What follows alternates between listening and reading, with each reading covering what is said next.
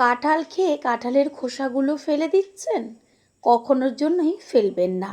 এই কাঁঠালের খোসাই আপনাকে বাঁচিয়ে দেবে হাজার হাজার টাকা বছরে। নমস্কার বন্ধুরা, শ্বশুর বৌমা রান্নাঘর অ্যান্ড ব্লগ চ্যানেলে সকলকে স্বাগত। তাহলে কাঁঠালের খোসা দিয়ে আমি কি রেসিপি তৈরি করব সেটাই দেখে নেওয়া যাক। প্রথমেই এইখানে আমি একটা পাকা কাঁঠাল নিয়েছি। গোটা থাকা অবস্থায় কাঁঠালটাকে ভালো করে জল দিয়ে ধুয়ে নিয়েছি। কোনো রকম কাঁঠালের গায়ে নোংরা নেই। এবার কাঁঠালটাকে ভেঙে দেব। কাঁঠালটা এতই নরম, এক হাত দিয়েই কাঁঠালের খোসাটাকে ছাড়িয়ে নেওয়া যাচ্ছে। আস্তে আস্তে আমি কাঁঠালের গায়ের থেকে সম্পূর্ণ খোসাটাকে ছাড়িয়ে নেব।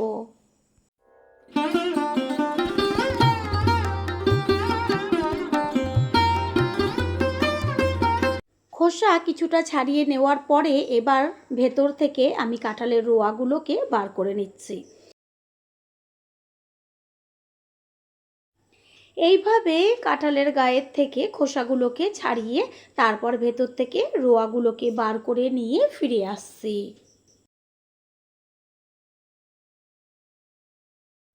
সম্পূর্ণ কাঁঠালের থেকে রোয়াগুলোকে বার করে নিয়েছি। আর এই যে খোসাটা রয়েছে, খোসাটাকে আমি একদম ছোট ছোট টুকরো করে নেব। আর একটা কথা, এটা আমি প্রথমে ছাড়াবার আগে জল দিয়ে ধুয়ে নিয়েছি, আর ধোবার দরকার নেই। এইখানে গ্যাসের ওভেনে কড়াইটা বসিয়ে তাতে দিয়ে দিয়েছি জল। আর জলটা হালকা একটু গরম হওয়ার পরে এই যে দেখিয়ে দিচ্ছি, সম্পূর্ণ খোসাটাকে আমি ছোট ছোট টুকরো করে একটা থালার মধ্যে রেখেছি। এবার আস্তে করে গরম জলের মধ্যে সম্পূর্ণ খোসাটাকে দিয়ে দেব। খোসাগুলোকে জলের চারদিকে একটু ছড়িয়ে দেব। আর গ্যাসের ফ্লেম হাই করে ভালো করে টকবক করে ফুটতে দিতে হবে। পুরনো বন্ধুদের সবসময় আমাদের পাশে এইভাবে ভালোবেসে থেকে এগিয়ে নিয়ে যাবার জন্য অনেক অনেক ভালোবাসা। একটা ঢাকনা চাপা দিয়ে দিয়েছি তাড়াতাড়ি সিদ্ধ হবার জন্য।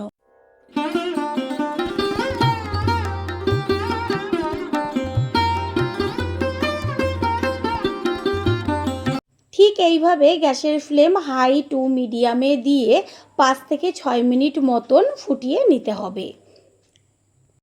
5-6 মিনিট বাদে ফিরে এসে ঢাকনাটাকে সরিয়ে দিয়ে খুন্তি দিয়ে বেশ একটু ওপর নিচ করে মিশিয়ে নেব। আর জলের কালারটা একদম সম্পূর্ণ পাল্টে গেছে। বেশ কাঁঠালের যে কালারটা সেটা চলে এসছে।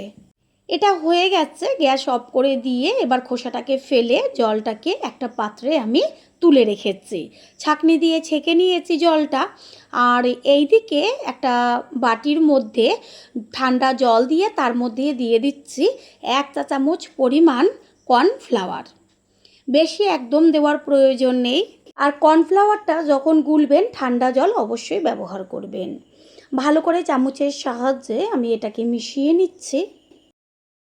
গ্যাসের ওভেনে কড়াইটা বসিয়ে তারপর এর মধ্যে যে জলটা আমি ছেঁকে রেখেছিলাম সেই জলটা দিয়ে দিয়েছি। গ্যাসের ফ্লেম হাই করে দিয়ে দিচ্ছি 1/2 চা চামচের থেকেও কম পরিমাণ লবণ। দেব কালারের জন্য 1 চিমটে পরিমাণ ফুড কালার। এটা বেশি দেওয়ার একদমই কোনো রকম প্রয়োজন নেই। 1 চিমটে দিলে পরেই খুব সুন্দর একটা কালার চলে আসবে। যে কোনো কালার আপনারা এখানে ব্যবহার করতে পারেন। খুন্তি দিয়ে ভালো করে মিশিয়ে নিচ্ছি। আর এর মধ্যে এবার দিয়ে দেব পরিমাণ মতন চিনি।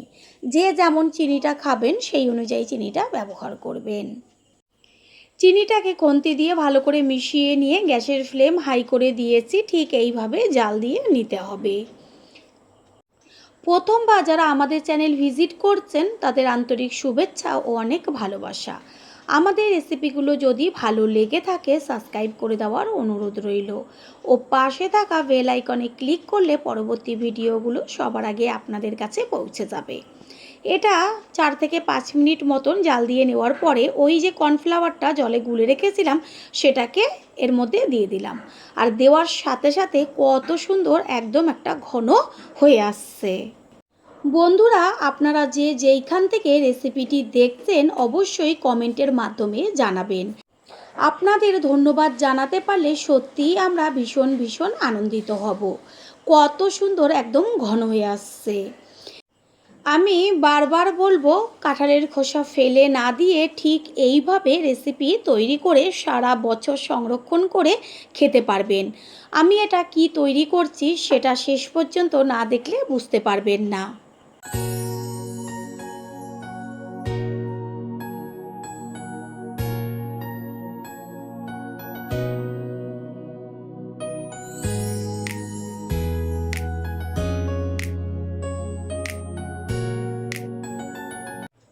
যখন দেখবেন একদম পুরো ঘন হয়ে গেছে তখনই গ্যাসটা অফ করে দিতে হবে।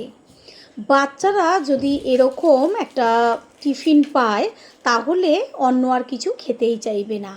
এটা যেহেতু হয়ে গেছে গ্যাস অফ করে একটা পাত্রে ঢেলে নিয়ে ফিরে আসছি। কড়াই থেকে একটা পাত্রে ঢেলে নিয়েছি আর কত সুন্দর কালারটাই এসছে। এটা একদম গরম, ঠান্ডা হোক তারপর ফিরে আসছি। ঠান্ডা হয়ে গেছে আর এটা রুম টেম্পারেচারেই ছিল। আপনারা চাইলে ফ্রিজেও রাখতে পারেন, তবে ফ্রিজে রাখার দরকার নেই। একটু ঠান্ডা হওয়ার পরেই দেখবেন সুন্দরভাবে জমে গেছে। আমি এটা চামচের সাহায্যে কেটে দেখিয়ে দিচ্ছি যে কত সুন্দর জ্যাম তৈরি হয়ে গেছে। তাহলে বুঝতে পারছেন ফেলে দেওয়া জিনিস দিয়ে কত দারুণ একটা রেসিপি তৈরি হয়ে যায়। এটা রুটি বা যে কোনো কিছু দিয়ে খেতে কতটা দুর্দান্ত লাগবে সেটা খাওয়ার পরই বুঝতে পারবেন। তৈরি হয়ে গেল জ্যাম। আশা করি রেসিপিটি ভালো লাগলো, আর যদি ভালো লেগে থাকে একটা লাইক, কমেন্ট, পারলে একটা শেয়ার করে অবশ্যই জানাবেন। আপনাদের দেওয়া একটা লাইক ও একটা হাইপ আমাদের কাছে অনেক অনেক গুরুত্বপূর্ণ। All friend, thanks for watching my video. আপনারা সকলে ভালো থাকবেন, সুস্থ থাকবেন। আবারও দেখা হবে অন্য কোনো রেসিপির এপিসোডে।